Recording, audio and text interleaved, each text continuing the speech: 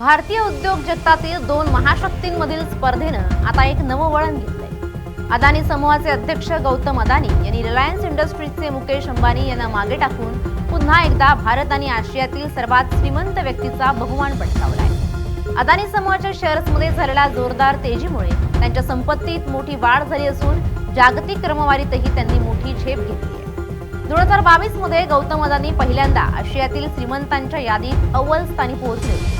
मात्र हिडेनबर्ग रिसर्चच्या अहवालानंतर अदानी समूहाच्या शेअर्समध्ये मोठी घसरण होऊन त्यांच्या संपत्तीला मोठा फटका बसला होता। त्या कठीण काळानंतर अदानी यांनी अत्यंत संयमानं धोरणात्मक निर्णयांच्या जोरावर आणि गुंतवणूकदारांचा विश्वास संपादन करून पुन्हा एकदा आपलं स्थान मिळवले। बंदरे, नवीकरणीय ऊर्जा आणि विमानतळ अशा विविध क्षेत्रातील त्यांच्या व्यवसायांच्या दमदार कामगिरीमुळे हे शक्य झाले।